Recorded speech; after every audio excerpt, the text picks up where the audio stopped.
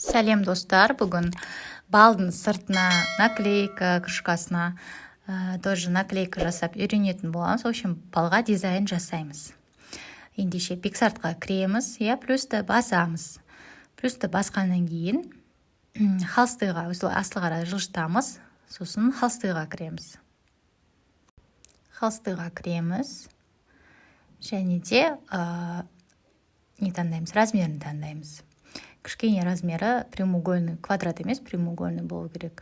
12-80 де 10-24 деген размер келіп тұр, соны аламын. Стрелканы басамын, тағы да стрелканы басамын да редактировать деймін. Сол кезде основной функцияға кіреміз. Енді добавить фото деймін да, өзіме керек фонды, рамканы, детский болса, детский суретті таңдаймын.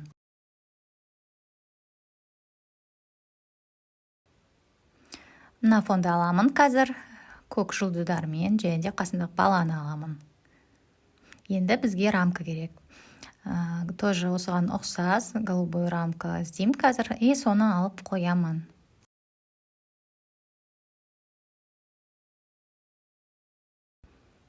Все, мінеки голубой рамканы таптым, таңдадым. Енді фонды үлкейтеміз. Осы ақ фон бар ғой, артында тұрған холст, сонымен бірдей қыламыз, үлкейтеміз.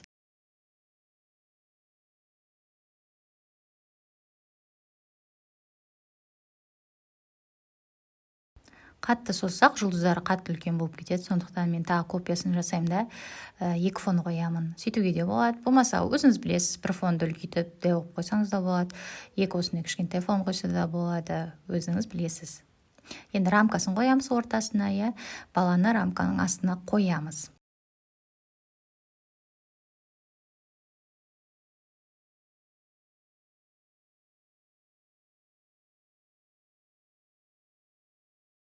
Рамка кішкене көрінбей тұр, сондықтан қазір эффектіға кіремін де, более яркий қыламын, более насыщенный, более яркий, кішкене көк түсін насыщенный қыламын.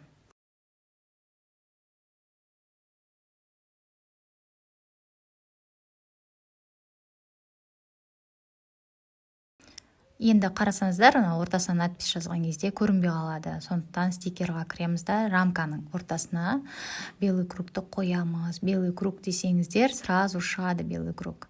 Соны таңдап, рамканың ортасына қоямыз, чтобы біздің текстіміз көріну үшін.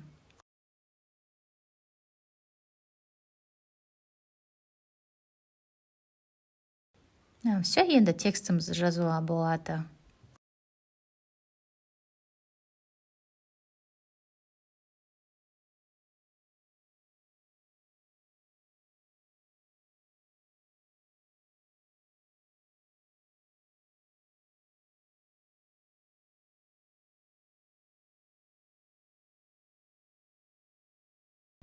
Так, бұл дизайнымызды сақтаймыз, сразу сохраним галерею деп. Кейін пустой шаблонға қоямыз оны. Енді пиксартқа кіреміз да, қайтадан галереяға кіріп, балдың пустой шаблонын таңдаймыз. Сосын жаңағы жасаған дизайнды, наклейканы таңдаймыз да, добавить фото деп. Осы жаңағы пустой шаблонымызға қойып шығамыз. Қараңызда, біздікі кішкене сәл үлкен болып кетті пустой шаблонынан, сондықтан шеттерін кішкене обрезать деп обрезка жасаймыз, или былайынан қысқартып, сузить дейміз ғой, сужать етіп қойсақ болады. Осылай бәріне копия жасап, барлық жерге осылай қойып шығамыз.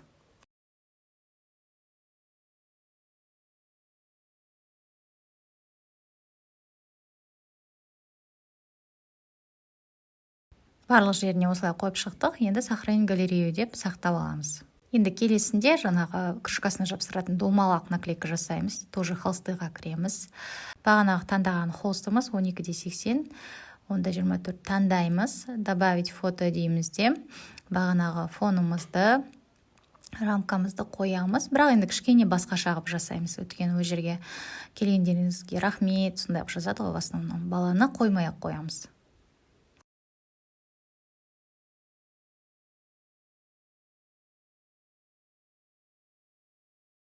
Все, фонымыз бен рамкамыз таңдадық. Енді фонды бағанағыдай созамыз. Өзімізге ұнағанша, енді ортасына рамкамызды осылай ортасына қоямыз. Эффектіға кіріп, тура бағанағыдай насыщенностін көбейтеміз. Тура солай бағанағыдай домалақ стикерді ортасына қоямыз и өзіміздің жаңа керек текстімізді жазамыз.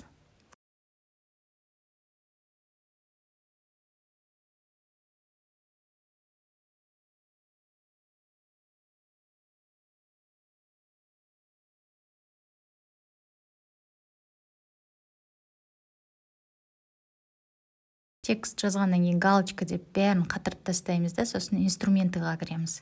Инструментыда обрезать по форме деген бар, соған кіреміз да, мінекей неше түрлі формалар шығады, сол жерде домалақ таңдаймыз да, обрезка жасаймыз. Өзіңіз қалауынша үлкейтсеңіз болады, осылай жанындағы чтоб фоны көбірек алуын үшін. Осылай кесеміз и осылай сақтап қоямыз. Сақтағаннан кейін қайтып пиксартқа кіреміз да, плюсты басып, уже жаңағы домалақ наклейканың фонын аламыз. Пустой шаблонын аламыз, точнее. Осылай пустой шаблоны и осыған жаңағы жасаған домалақ дизайнымызды қойып шығамыз, копия жасап. Бәріне қойып шыққаннан кейін сақтап аламыз. Дизайнымыз дайын.